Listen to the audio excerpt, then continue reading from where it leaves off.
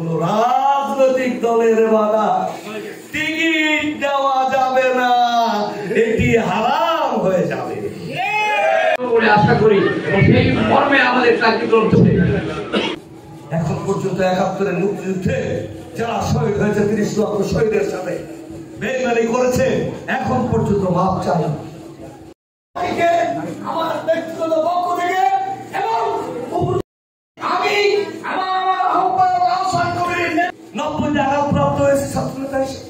এখন পর্যন্ত পরিবার আমার পরিবারকে যারা চেনেন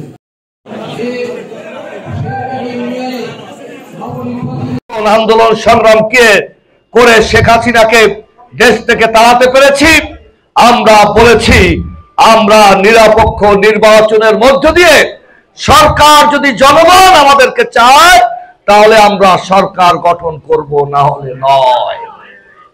রক্ত আর রাজনীতির উত্তরাধিকার তারেক রহমান বলেছিলেন রাষ্ট্রকে মেরামত করতে হবে, কারণ রাষ্ট্রের সকল সংস্থাকে এই সরকার একেবারেই শেষ করে দিয়েছিল।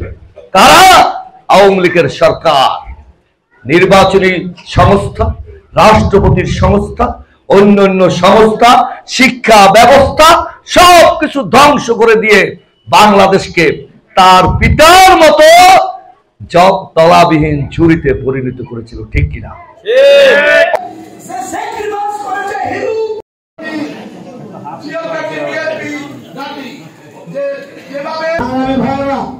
আজকে ১৭ বছর ওই ফ্যাসিস্টদের থেকে আজকে আমরা মুক্ত, আজকে স্বাধীনভাবে আমরা এখানে একত্রিত হয়েছে।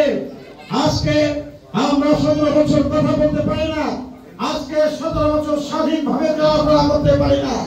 আমাদের বাক স্বাধীনতা হরণ করেছে, লক্ষ লক্ষ ছাত্র জনতাকে হত্যা করা হচ্ছে, লক্ষ লক্ষ নেতা কর্মীদেরকে গুম করা হয়েছে। আমি আমার বক্তব্য শেষ করছি, সকলকে ধন্যবাদ। নির্বাচিত হয়েছে ওকে ১ মিনিট ২ মিনিট। আরেকটি দল রয়েছে ইসলামের নাম করে টুপি দাড়ি দিয়ে বলে আমাদের সঙ্গে থাকলে বেহেশতে যাবা, আমাদের সঙ্গে থাকলে তোমরা দোজখে যাবে না, আমাদের সাথে আসো। এই ভণ্ডরা কিছুদিন আগেও নির্বাচনে আমাদের সাথে ছিল, তারা কোনোদিনও ছবি দিয়ে পোস্টার করতো না, ছবি তুলে হারা বলে আজকে ছবি তুলে হাত চালিয়ে ভোট চায়। ওরা মুনাফিক, ওরা রাজাকার, ওরা বেঈমান। এই বেঈমানদের বিরুদ্ধে আপনাদের রুখে দাঁড়াতে হবে। এদেশের মানুষ জিয়াউর রহমানের আদর্শের রাজনীতি করে, এদেশের মানুষ তারেক রহমানের নেতৃত্বে সেই আন্দোলন হয়েছে। আপনারা জানেন ছাত্রদের যে আন্দোলন, সে আন্দোলনের নেপথ্য ছিল তারেক রহমান, বিএনপি, বিভিন্ন রাজনৈতিক দল। আজকে সেই দল দিয়েই এই ছোট ছোট ছোট প্রবন্ধ এখন নিজেদের কি বলে আপনারা ওরা ক্ষমতায় যাবে। এটা কি সম্ভব?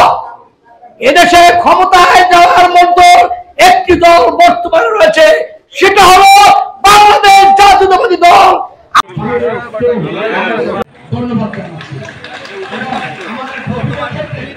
সবাইকে সেক্রেটারির জন্য রাখতে হবে দলের সাথে এবং যার যার ইনকলাব সম্মানের সাথে।